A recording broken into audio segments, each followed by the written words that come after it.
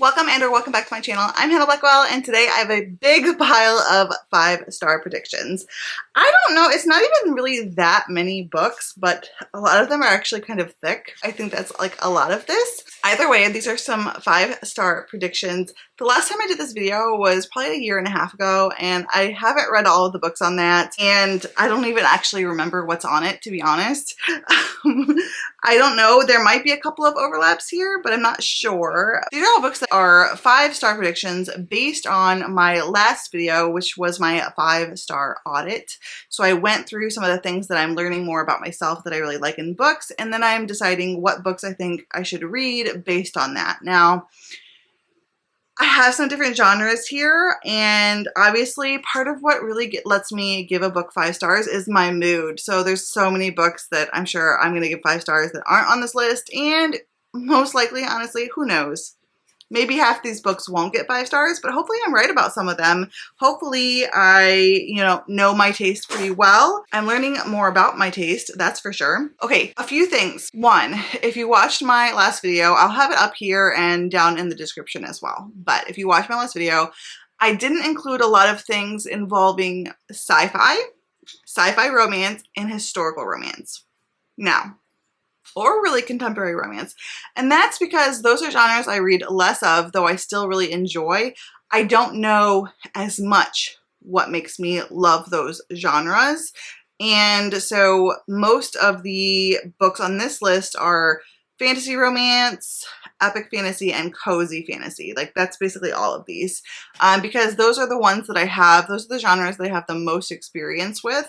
And I think I can get a better grasp of like what would make me give a book 5 stars in that subgenre. I'm still learning more about a lot of other genres, like I forgot to mention thriller and horror as well, other than the whole unhinged thing, or gothic, that's another one too. But I feel like some things on my list are kind of hard to predict, like unhinged. Like, how are you gonna know if a book's gonna go unhinged, So these are the ones that are more like easily predictable, that I can see or has been advertised that certain things that I've discussed are in them. Like if it's a book that's sapphic, if it's cozy, things like that. Also, I wanted to point out the books on this list, none of them are in series I've already started. I think it's safe to say if I'm continuing on a series, it's because I think there's a very good possibility that the next book, or at least one of the books in that series, is going to be 5 stars. I don't generally continue series that I think are going to be mid. I just don't waste my time with that. Oh, my water's boiling for my tea. Hold on.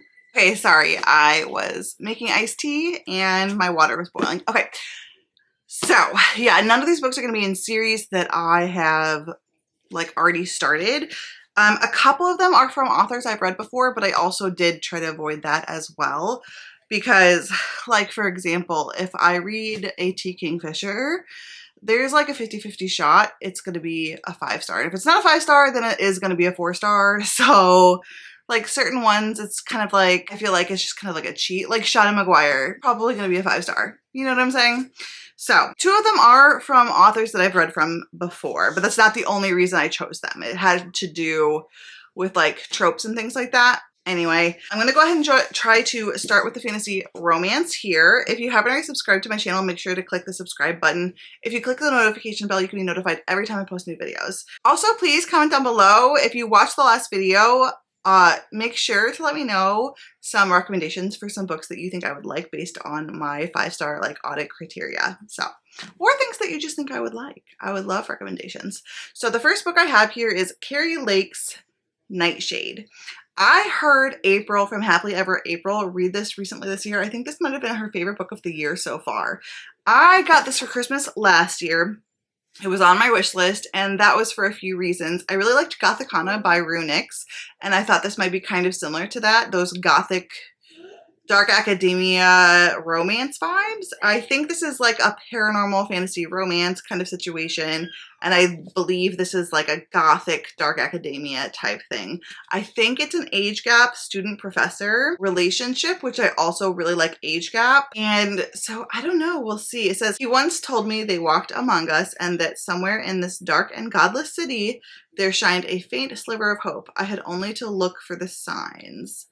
I think this has a lot of themes of like angels and demons, and that's all I know. I'm kind of trying to go into this blind. I like demons. I've talked to you guys about that. That was one of my things that I really liked in books was demons. It was in the vampires and demons category. I also like gothic books, atmospheric books. We'll see. We'll see.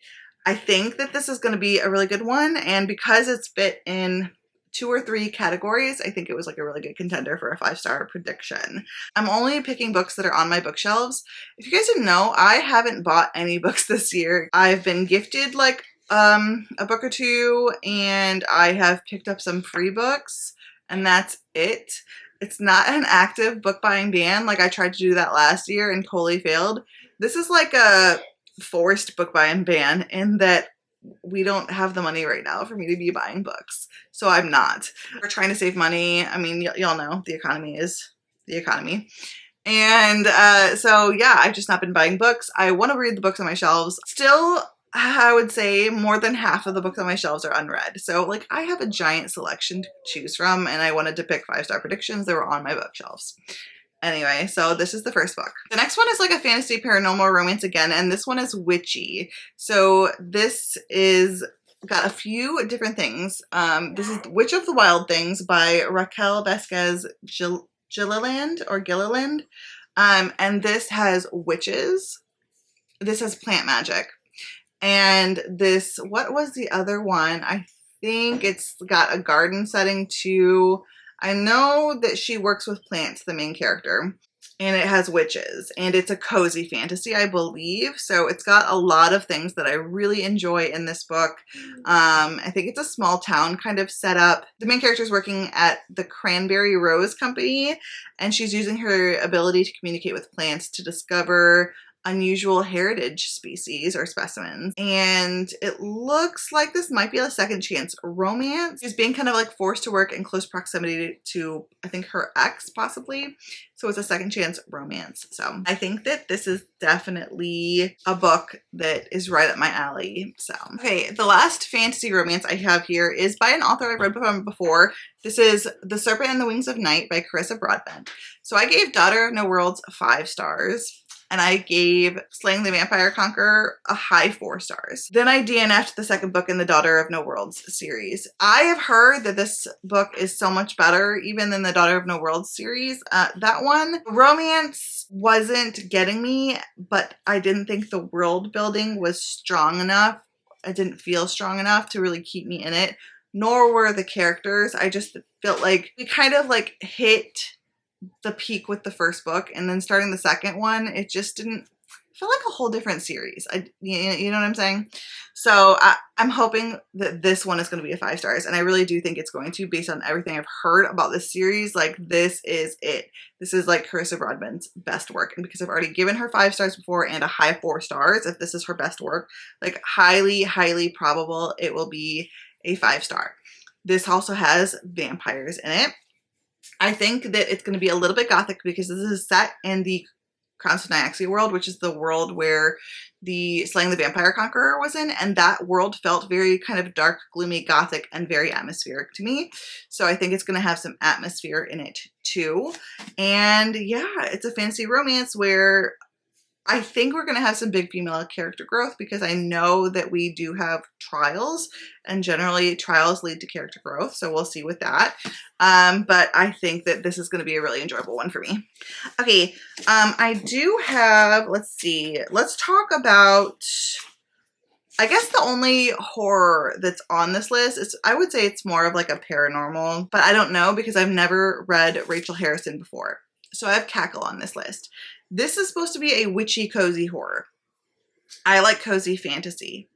I mean, it's a witchy and it's cozy. So that would make me think, okay, witches and cozy fantasy, it would fit those 2 categories. So I'm not sure. I don't know. I have a feeling there might be some found family in this too, but mostly I'm going off vibes for this one. I like cozy fantasy. I've liked cozy horror. I think it can kind of fit in there, but it's witchy as well. So I really have high hopes for this one. I think it might be right up my alley. But I'm waiting. I think I'm going to wait until I want to start getting into the fall mood to read this. So maybe in July or August, that's when I feel like I start really kind of gravitating toward those books to get me. I'm just excited for fall and I want to start feeling those vibes pretty soon. I have a lot of Rachel Harrison on my TBR. She has a lot of books that look really good to me, and I know she's not for everyone, but the people that like her really, really like her books. So it's this darkly funny, frightening novel about a young woman meeting a witch who might be too good to be true. So yeah, I don't know. Next, I have another cozy fantasy that also fits in the political fantasy category, and that is Goblin Emperor by Catherine Addison. This is an epic political fantasy, which is one of my categories. And then also it's a cozy fantasy. So I really think this could be good. And from what I know, the writing is really nice too. So I think it might have some lyrical prose, possibly. We will see. I mean, this is kind of almost giving me like, this is going to sound crazy, but if like The Hobbit met Joe Abercrombie, this is what this is giving me. So it's like a half goblin. He's the youngest son of the emperor, and he was never going to rule, but something happens and his whole family dies. And so he's left to be the emperor, and he was never trained to be the emperor. Like, he was like way last in line. And all of a sudden he has to do it. He has to figure out how to work around court politics. He has no idea how to do that. He doesn't know what he's doing, basically. And he's just kind of like having to try to figure it out. So it's very political, but I guess it's pretty cozy too. I think this is kind of slice of life in some aspects and a bit slow moving, kind of like an all vibes, no plot, character driven story, which I tend to really enjoy if I'm picking up a fantasy, if I'm in the right mood for it. So this one, I've heard wonderful things about it. It's a standalone, I believe, but I think there might be more in this world. So I don't know if it's one of those things where you can read it as a series or you can enjoy the first book as a standalone. I'm not sure. Let me know if you read it and you know. And then another book that I don't know, this could be considered cozy. Definitely lyrical prose, and that is The Starless D by Erin Morgenstern. I want to read this because The Night Circus has some of the most beautiful prose I've ever written, or I've ever read. The Night Circus has the most beautiful prose I've ever read. And so I really want to read this. I think it's going to be in the cozy fantasy kind of genre because I feel like The Night Circus is kind of cozy fantasy too in its own right. No, it's not like Legends and Lattes cozy fantasy, but it still fits, in my opinion.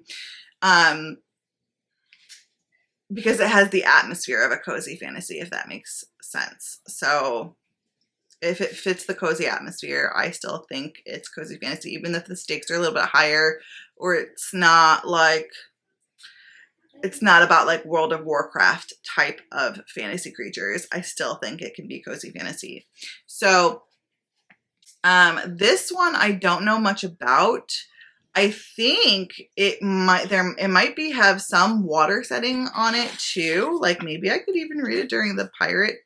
No, I'm probably not going to read it during the pirate readathon, swashbuckling readathon. Trying to even say the synopsis kind of sounds weird. A guy discovers a library, and in that library he discovers a key, and the key to is a world or a book about him or something like that. I don't know. I think it might be like a book of a book, like a book in a book, but I'm not sure. I think a lot of people have read this and said like the plot doesn't plot, which is just fine with me. Erin Morgenstern can just kind of captivate you with the atmosphere and the prose, and that's what I'm looking forward to in this one. And then I do have two that are like, just because they are epic fantasies that I think that I will really enjoy. The first one is queer, possibly sapphic, I'm not sure. But I think this is queer, so I think it would kind of count in my like sapphic category. It's just that like the majority of the queer books that I like are sapphic, but I like other queer books that aren't sapphic, obviously, just queer. So this is queer, and this is also a political epic fantasy. So I think that this one too, I forgot to mention the whole like badass female heroine, badass like female main character. That's another category I really enjoy, and I think that might be in here too. So we'll see. Ren is a con artist, and I think that she tries to con the wrong family, because it turns out that family doesn't have anything worth conning. And then I guess somehow things go from there. I kind of really like the whole heist and con artist kind of setup. Like thieves, our main character being a thief. I really enjoy that. So I think that that could be fun too. And I have repeatedly been told by friends of mine that I will love this book. This was actually gifted to me by Maria. So thank you so much, Maria. I definitely think this will more than likely, if not this book, then another book in the series, be a 5-star. I just have a very good feeling about it, especially if like looking at some of my friends that have really enjoyed it, that have similar taste to me, some of the authors that have blurbed it. It just looks really good. And the final book is kind of a backlist book, and this is The Dragon Bone Chair by Tad Williams. This is because the prose is supposed to be very lyrical, very beautiful, and this is an epic political fantasy. I believe that George R.R. Martin took a lot of inspiration in this series, and Ted Williams in general, but especially this series. So this was one of the main influences for Game of Thrones, and that really has me interested. I believe that it's also Norse inspired, which I love Norse inspired stories. No, it's not one of my categories for my 5-star audit, but I do like Norse stories. And like I said, from what I've heard, Tad Williams has some of the most beautiful prose in epic fantasy. So that makes me really want to read him. And I don't know anything about this. I think this is just going to be super political, kind of like Game of Thrones. Lots of maneuverings and political alliances and things like that.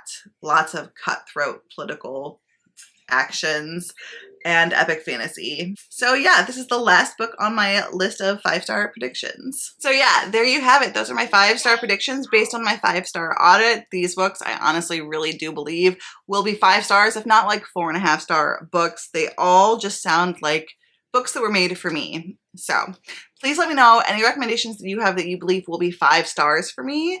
And let me know too if there's any books on this list that you've read that you really do think like I'm right about, that I'll really like. Or please let me know if there's a book on this list that you know my taste and you don't think that I will enjoy. Make sure to click the like button and hit the subscribe button if you haven't already. Until next time, fellow readers, keep reading and living your best life. Why you never said you felt that way? And guess you're trying to stay strong and fake a smile until I look away.